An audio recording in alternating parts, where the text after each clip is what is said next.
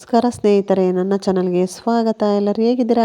ಎಲ್ಲರೂ ಸಹ ಚೆನ್ನಾಗಿದ್ದೀರಾ ಅಂತ ಭಾವಿಸ್ತಾ ಸ್ನೇಹಿತರೆ, ಹೊಸದಾಗಿ ನೋಡ್ತಾ ಇರೋವಂಥವ್ರು ಸಬ್ಸ್ಕ್ರೈಬ್ ಮಾಡ್ಕೊಳ್ಳಿ. ಆಲ್ರೆಡಿ ಸಬ್ಸ್ಕ್ರೈಬ್ ಆಗಿರೋವಂಥವ್ರಿಗೆ ನನ್ನೊಂದು ಧನ್ಯವಾದಗಳು ಸ್ನೇಹಿತರೆ.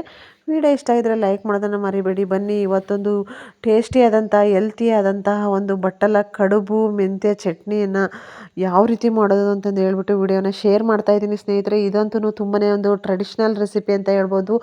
ಆರೋಗ್ಯಕರ ಒಂದು ಬ್ರೇಕ್ಫಾಸ್ಟಿಗೂ ಮಾಡ್ಬೋದು ಮತ್ತು ರಾತ್ರಿ ಊಟಕ್ಕೂ ಸಹ ಮಾಡ್ಬೋದು. ನಾವು ಇದನ್ನು ರಾತ್ರಿ ಟೈಮಲ್ಲೇ ಜಾಸ್ತಿ ಮಾಡ್ತೀವಿ, ನಾವು ಬೆಳಗ್ಗೆ ಟೈಮಲ್ಲಿ ಮಾಡೋದು ಕಡಿಮೆ.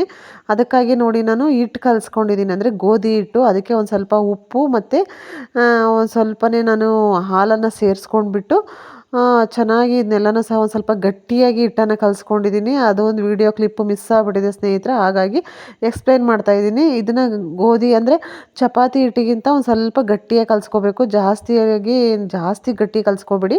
ಒಂದು ಸ್ವಲ್ಪ ಚಪಾತಿ ಹಿಟ್ಟಿಗಿಂತ ಒಂದು ಸ್ವಲ್ಪ ಗಟ್ಟಿಯಾಗಿ ಕಲಿಸ್ಕೊಂಡು ಒಂದು 10 ನಿಮಿಷ ಮುಚ್ಚಿಟ್ಬಿಡಿ. ಅದು ಚೆನ್ನಾಗಿ ಒಂದು ನೆನ್ಕೊಳ್ಳುತ್ತೆ ನೋಡಿ. ಆಗ ಇದನ್ನ ನಮಗೆ ಒಂದು ಸಣ್ಣ ಸಣ್ಣ ಈ ರೀತಿಯಾದಂಥ ಉಂಡೆಗಳನ್ನು ಮಾಡಿಕೊಂಡು ಬಟ್ಲು ರೀತಿಯಲ್ಲಿ ಈ ರೀತಿಯಲ್ಲಿ ಕಡುಬನ್ನು ಮಾಡ್ಕೋಬೇಕು. ತೀರಾ ತೆಳು ಇರಬಾರ್ದು, ತೀರಾ ದಪ್ಪನೂ ಇರಬಾರ್ದು. ಒಂದು ಮೀಡಿಯಮ್ ಸೈಜಲ್ಲಿ ನಾವು ಅಂದರೆ ಈ ರೀತಿಯಲ್ಲಿ ತೆಳುವಾಗಿ ಕಡುಬನ್ನು ಮಾಡಬೇಕು. ಬಟ್ಲು ಥರ ನೋಡಿ, ಈ ರೀತಿಯಲ್ಲಿ ಬಟ್ಲು ಥರ ಕಡುಬನ್ನು ಮಾಡಬೇಕು.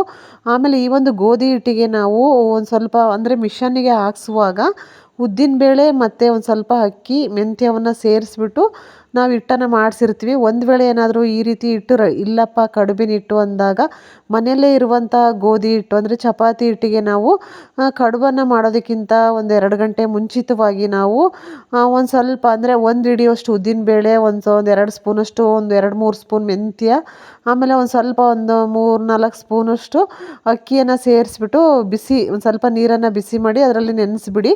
ಒಂದು 2 ಗಂಟೆ ನೆಂದರೆ ಸಾಕು. ಆಮೇಲೆ ಅದನ್ನು ನಾವು ಕಡುಬನ್ನು ಮಾಡೋದಕ್ಕಿಂತ ಮುಂಚೆ ಮಿಕ್ಸಿಯನ್ನು ಮಾಡಿಕೊಂಡು ನುಣ್ಣು ಪೇಸ್ಟ್ ಥರ ಮಾಡಿಕೊಂಡು ಈ ಒಂದು ಗೋಧಿ ಹಿಟ್ಟಿಗೆ ಮಿಕ್ಸ್ ಮಾಡಿಕೊಂಡು ಸಹ ಕಡುಬನ್ನು ಮಾಡ್ಬೋದು ನಾವು. ಗೋಧಿ ಹಿಟ್ಟಿಲ್ಲ ಅಂದರೆ, ಇದೇನು ಉದ್ದಿನ ಬೇಳೆ ಮಿಕ್ಸ್ ಮಾಡಿರುವಂಥ ಹಿಟ್ಟಿಲ್ಲ ಅಂದರೆ ಆಮೇಲೆ ಇದಕ್ಕೆ ಒಂದು ಸ್ವಲ್ಪ ನಾವು ಹೆಸ್ರು ಕಾಳು ಅಥವಾ ಹೆಸ್ರು ಬೇಳೆಯನ್ನು ಸೇರಿಸ್ಬೋದು. ನೋಡಿ, ಈ ರೀತಿ ಎಲ್ಲ ಕಡುಬನ್ನು ಮಾಡ್ಕೊಂಡಿದ್ದೀನಿ ನಾನು. ಆಮೇಲೆ ಇದನ್ನು ಸ್ಟೀಮಲ್ಲಿ ಬೇಯಿಸಬೇಕು. ನೋಡಿ, ನಮ್ಮ ಮನೆಯವರು ಶೇಂಗಾವನ್ನು ಹುರಿದಿದ್ದಾರೆ, ಮನೆಯಲ್ಲೇ ಬೆಳೆದಿರುವಂಥ ಶೇಂಗಾಕಾಯಿ ಹುರಿದಿದ್ದಾರೆ ತಿನ್ನೋದಕ್ಕೆ ಅಂತಂದು ಹೇಳ್ಬಿಟ್ಟು. ತುಂಬ ಚೆನ್ನಾಗಿರುತ್ತೆ ಅಲ್ವಾ ಹುರಿದಿರೋ ಶೇಂಗಾ.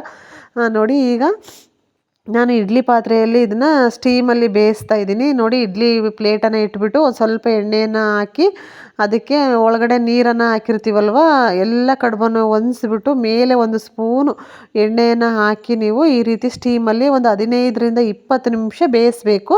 ನೋಡಿ, 15-20 ನಿಮಿಷ ಬೆಂದ ಮೇಲೆ ಈ ರೀತಿ ಕಲರು ಚೇಂಜ್ ಆಗಿರುತ್ತೆ. ಒಂದು ರೀತಿಯಲ್ಲಿ ಎಷ್ಟು ಚೆನ್ನಾಗಿ ಸಾಫ್ಟಾಗಿ ಕಡುಬು ಬಂದಿದ್ದಾವೆ ನೋಡಿ. ಆಮೇಲೆ ಕಲರು ಶೈನಿಯಾಗಿ ಬಂದಿರುತ್ತೆ. ತುಂಬ ನೋಡಿ ಸುಡ್ತಾ ಇತ್ತಿದು, ಹಾಗಾಗಿಬಿಟ್ಟು ತುಂಬ ಸುಡ್ತಾ ಇರುತ್ತೆ. ಹುಷಾರಾಗಿ ಎತ್ಕೋಬೇಕಾಗುತ್ತೆ ಇದು. ಆಮೇಲೆ ಇದನ್ನು ಬಿಸಿಯಾಗೆ ತಿಂದ್ರೇ ಟೇಸ್ಟ್ ತುಂಬ ಚೆನ್ನಾಗಿರುತ್ತೆ. ಬಿಸಿಯಾಗೆ ತಿನ್ನಬೇಕು, ತಣ್ಣಗಾದ್ಮೇಲೆ ತಿನ್ನೋದಕ್ಕೆ ಅಷ್ಟು ಚೆನ್ನಾಗಿರೋದಿಲ್ಲ. ಬಿಸಿಯಾಗೆ ಕಡುಬನ್ನು, ಆಮೇಲೆ ಇದ್ರ ಜೊತೆಗೆ ನಾವು ಮೆಂತ್ಯ ಚಟ್ನಿಯನ್ನು ಮಾಡ್ಕೊಳ್ತೀವಿ. ನಾನು ಇವತ್ತು ಮೆಂತ್ಯ ಚಟ್ನಿ ರೆಸಿಪಿನ ಶೇರ್ ಮಾಡ್ತಾ ಇಲ್ಲ.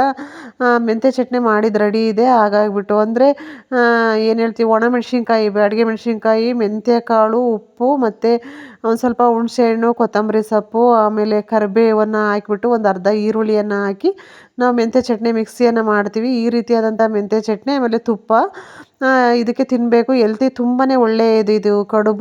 ಕಡುಬು ಅಂತೂ ತುಂಬಾ, ಬಟ್ಲು ಕಡುಬು ಹೆಲ್ತಿ ತುಂಬ ಒಳ್ಳೆಯದು. ಬಾಣಂತರಿಗೆ ಕೊಡ್ತಾರೆ, ಆಮೇಲೆ ಆಪ್ರೇಷನ್ ಆದರಿಗೆ ಕೊಡ್ತಾರೆ. ನಾವು ಇದನ್ನು ನಮ್ಮ ಕಡೆ ಅಂತೂ ಜಾಸ್ತಿ ಮಾಡ್ತಾ ಇರ್ತೀವಿ ನಾವು ರಾತ್ರಿ ಟೈಮಲ್ಲಿ. ಹಾಗಾಗಿಬಿಟ್ಟು ನಮ್ಮನು ಹಾಸ್ಟೆಲಲ್ಲಿದ್ದ ಅಲ್ವಾ, ಬಂದಿದ್ದ ಅವನು. ಹಾಗಾಗಿಬಿಟ್ಟು ಅವನಿಗೋಸ್ಕರ ಅಂತಲೇ ಮಾಡಿದ್ದೆ ನಾನು. ಅವನಿಗೆ ತುಂಬ ಇಷ್ಟ ಇದು, ಹಾಗಾಗಿ ಅವನಿಗೋಸ್ಕರ ಅಂತಲೇ ಕಡುಬನ್ನು ಮಾಡಿದ್ದೆ ನಾನು. ಸೊ ಲಾಸ್ಟಲ್ಲಿ ಕಡುಬು, ಮೆಂತ್ಯ ಚಟ್ನಿ ಮತ್ತು ತುಪ್ಪ ತುಂಬಾ ಚೆನ್ನಾಗಿದೆ.